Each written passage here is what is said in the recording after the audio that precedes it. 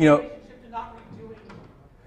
this facility, you're talking about that question has not come up, and it's because we're not doing anything below the asphalt, first of all, and secondly, all of these facilities that we're building are accessible by fire trucks and emergency vehicles and police response vehicles and everything else, and so and they're all at the table having that conversation with us.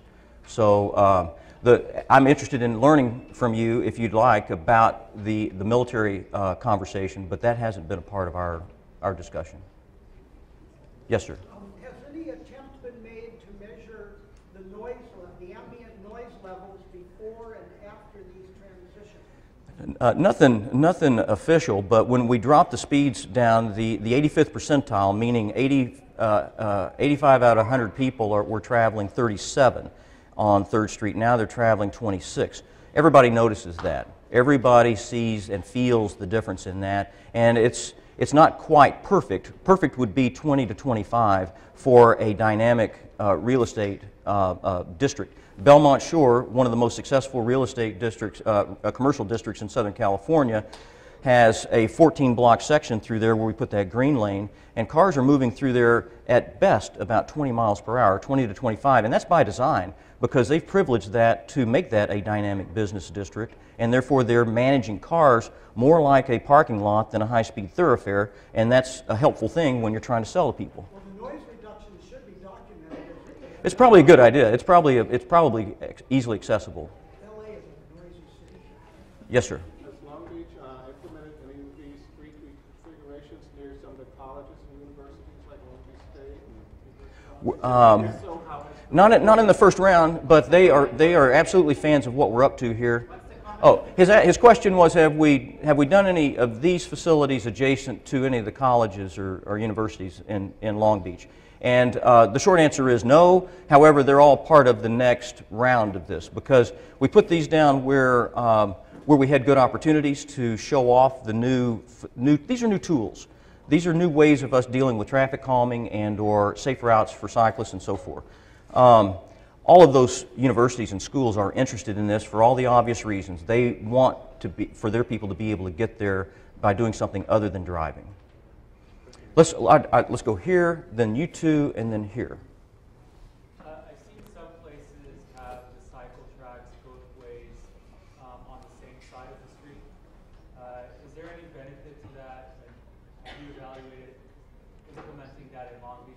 We have looked at it in Long Beach. It would mean it'll mean buying more traffic signal heads and so forth, and we would have to design it a little bit wider than it is right now. But yes, because that creates permeability, and if you've got enough space to do that, then it's a smart thing to do because you'll have one, fewer people riding the opposite direction, and two, you're able to get customers to businesses that way safer. Yes, sir. When you say traffic calming and making traffic slowing, I'm just wondering about time studies. How much longer does it take traffic to flow through signals and flow through the streets after these changes? On Broadway and 3rd, we looked at that, and again, because we adjusted the signal timing to accommodate a smoother flow through there, we really didn't lose any significant time in that process. And really, only where it's affected, frankly, on Broadway is from 5 p.m. to 5:20 p.m. when we have our little traffic jamlet when City Hall gets out. Other than that, we don't have issues related to that in Long Beach. And so we can, in this corridor, we can do this type of evolution of the public space and make it more attractive for those that live there and so forth, with it having a minimal impact on car traffic through there. That's been our experience. Yes, sir.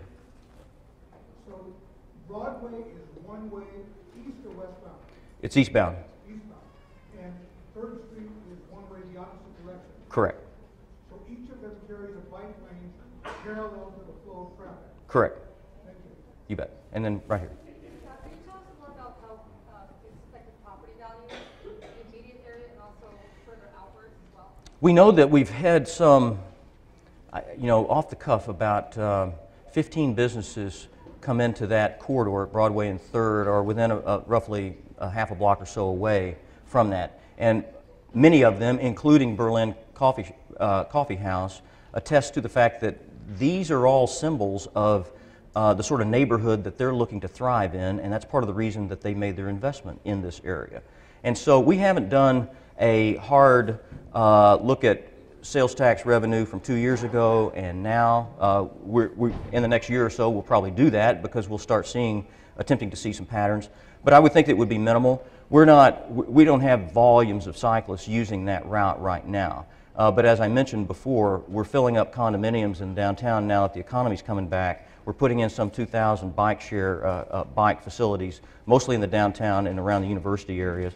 And that's going to have a dramatic impact, I think, on all of this conversation in downtown. So I'm more concerned with not just sales, but specifically homeowner property values. Oh, well, yeah, and along the Vista Bike Boulevard, we've had people put their houses up for sale and use the fact that they're on the Vista Bike Boulevard as a selling point. And then we've had one house sell on one of the corners where we put in a roundabout, and their property value had increased, and it was seen as an asset to that place. So, we're still good? Okay. Yes, sir, right here. I just wanted to know, after the improvements were made, how was who maintained all the new? Well, we designed it to be pretty painless, but the Downtown Business Association has taken up sweeping all of this as part of their whole downtown keep it clean and keep it fresh and keep it attractive campaign. They're one of our biggest fans, by the way. The Downtown Business Association represents not only those businesses down there, but they also represent the residents and those stakeholders. And so we've changed the label of downtown Long Beach from the Central Business District to the Central Neighborhood. And so we're expecting a different outcome in downtown than we've had in the past. And that's part of what doing this kind of facility puts it in perspective or in context.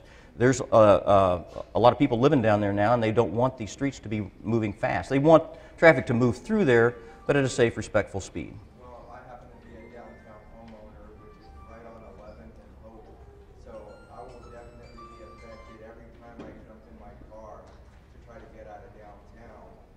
It's already hard enough to get out of downtown with the way the lanes are now. My parking garage heads onto 11th Street, from my understanding. 11th Street is supposed to be cut down to one lane, and there's also going to be a streetcar, which is going to be the only lane. And I see a lot of cars there, and just to give us one lane right there, it's really going to cause a lot of problems. That's the only reason why I came. Oh, that's fine. I think it's a great idea. That's what the conversation's about. Yeah, I think it's great, to add some bike lanes and stuff, but you're comparing like a beach community to an urban community where there's a lot of cars here compared to if I lived by the beach, I'd be on my bike every day, you know what I mean? And I actually biked here today, and it was easy breezy, you know what I mean? I didn't have any problems, I didn't feel worried about getting hit by a car or anything like that, but those are my concerns. Is All right. 11th Street and Figueroa, and the movement of traffic, because since we have so much going on right in that area. Okay. I believe that's it. Thank you very much.